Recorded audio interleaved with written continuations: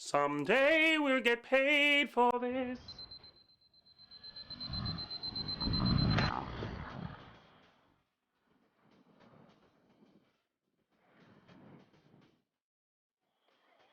Yes, good afternoon, everyone.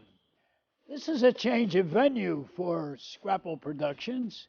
We are at the Milkcrate Cafe, and it's quite a nice place. I'm glad to be here. Chit Chattin with Joe, with guest star RJD2. Enjoy! I said the Milkcrate Cafe. It reminded me of my extreme youth when the milk crate was a weapon here in Fishtown.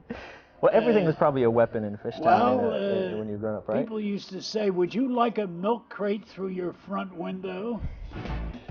RJD2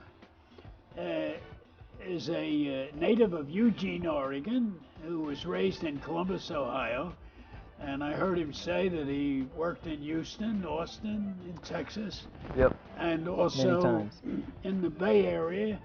And he's worked as a producer for rap groups and worked as a DJ and produced some albums. When I hear the word producer, of course, I think of somebody like Samuel Goldwyn producing in Hollywood. And would there be a difference between a movie producer and a music? I don't actually know a whole lot about the intricacies of movie production, but I'm assuming that the parallels between music production and movie production is essentially the producer is the guy who is on his ass at the end of the day to get the project done.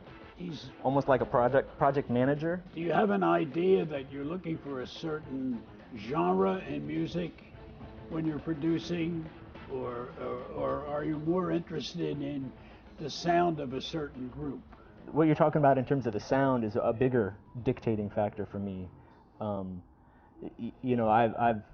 I've just always been in love with, I think it's why I fell into what I'm doing now, but I've always been in love with sort of the textures and the aesthetics to recordings.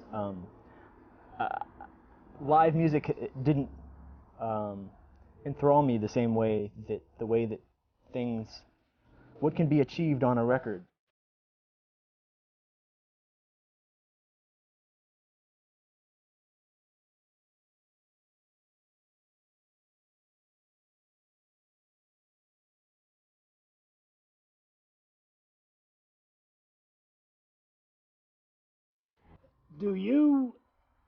Have you had musical training yourself?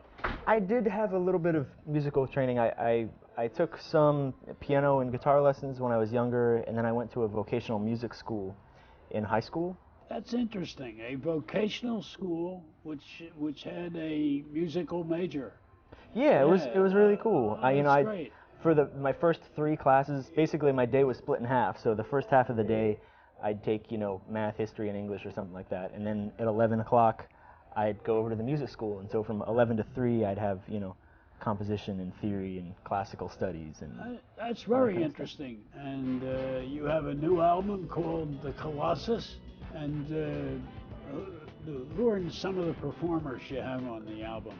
I've got a guy from North Carolina named Fonman. He was in a group called Little Brother, and he's got a group called Foreign Exchange. Aaron Livingston, who's a local guy here. He's done some singing on some projects around town. He's got a band called The Mean.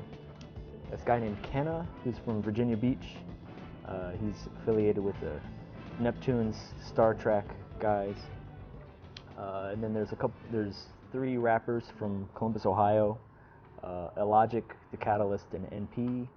And then there's a slew of instrumentalists that were hired. Occasionally I see a rock group on television. Is there a great deal of television work for them? I've done some licensing, and I've done a little bit of soundtrack work. So yeah, mostly what I've done is licensing pre-existing music for television shows and movies and such. Occasionally it's been doing actual what they call work for hire, which is writing music specifically for but most of it is licensing pre-existing music.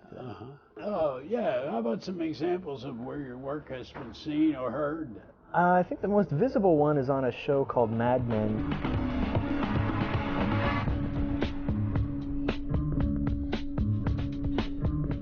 Which I did the theme for, and that was licensed to the show, and that's on AMC.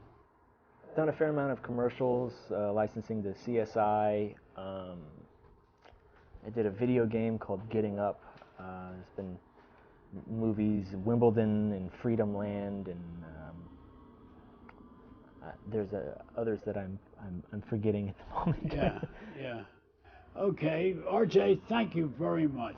Thank you for having me. You've been a great, appreciate it. A great subject. I enjoyed talking to you, and I learned a great deal. Same here. With this, and thank you. Well, keep watching for us on Scrapple TV, and we'll continue our interviews.